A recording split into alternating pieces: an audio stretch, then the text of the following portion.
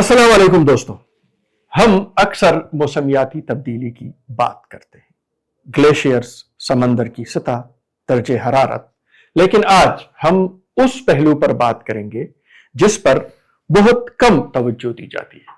پاکستان کے دور دراز سرحدی علاقے، خاص طور پر خیبر پختونخوا کے وہ لوگ جو موسمیاتی تبدیلی کی پہلی اور خاموش قربانی بن چکے ہیں۔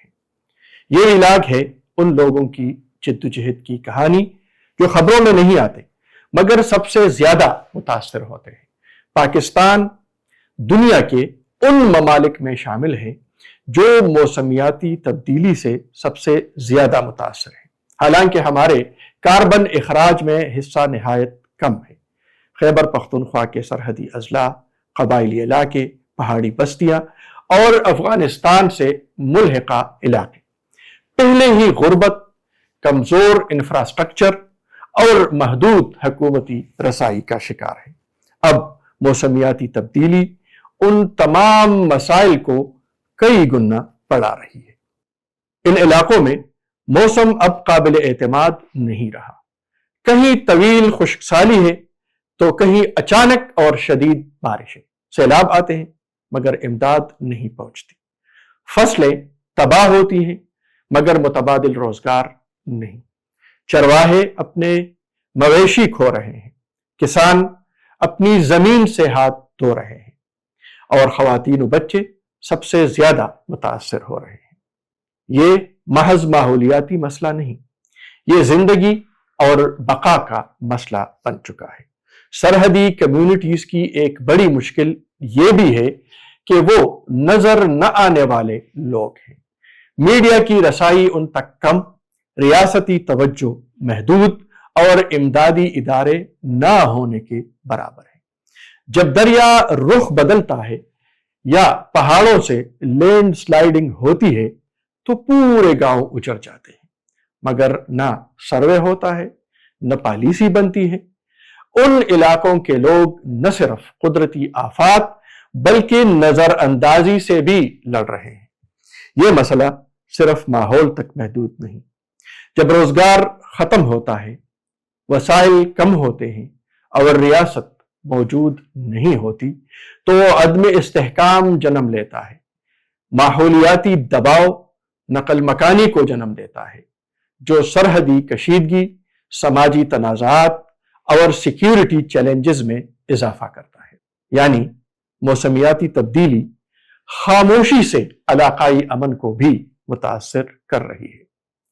ان حالات میں سب سے زیادہ متاثر خواتین اور بچے ہوتے ہیں۔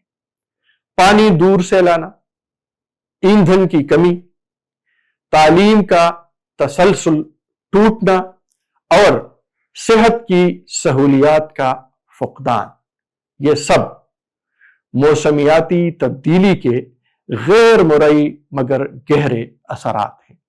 یہ ایک ایسا بوجھ ہے جو نسل در نسل منتقل ہو رہا ہے۔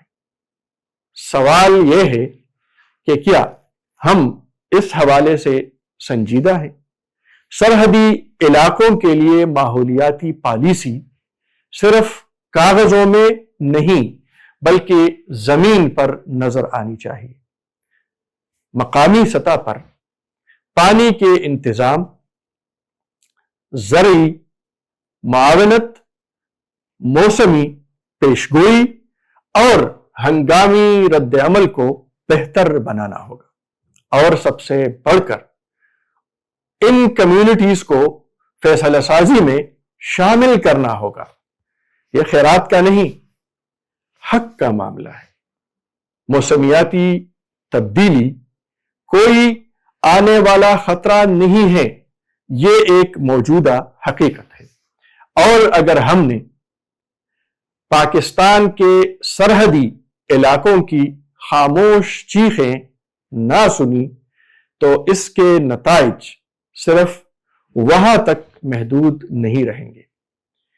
یہ ولاگ ایک سوال چھوڑتا ہے کہ کیا ترقی صرف شہروں کے لیے ہے یا سرحدوں پر رہنے والے لوگ بھی اس ملک کا حصہ ہیں؟ سوچیں، بات کریں اور اس مسئلے کو نظر انداز نہ کریں۔ اگر آپ سمجھتے ہیں کہ یہ موضوع اہم ہے تو ویڈیو کو شیئر کریں، اپنی رائے کمنٹس میں ضرور دیں اور چینل کو سبسکرائب کریں، کیونکہ خاموش کہانیوں کو آواز دینا ہم سب کی ذمہ داری ہے۔ اللہ حافظ۔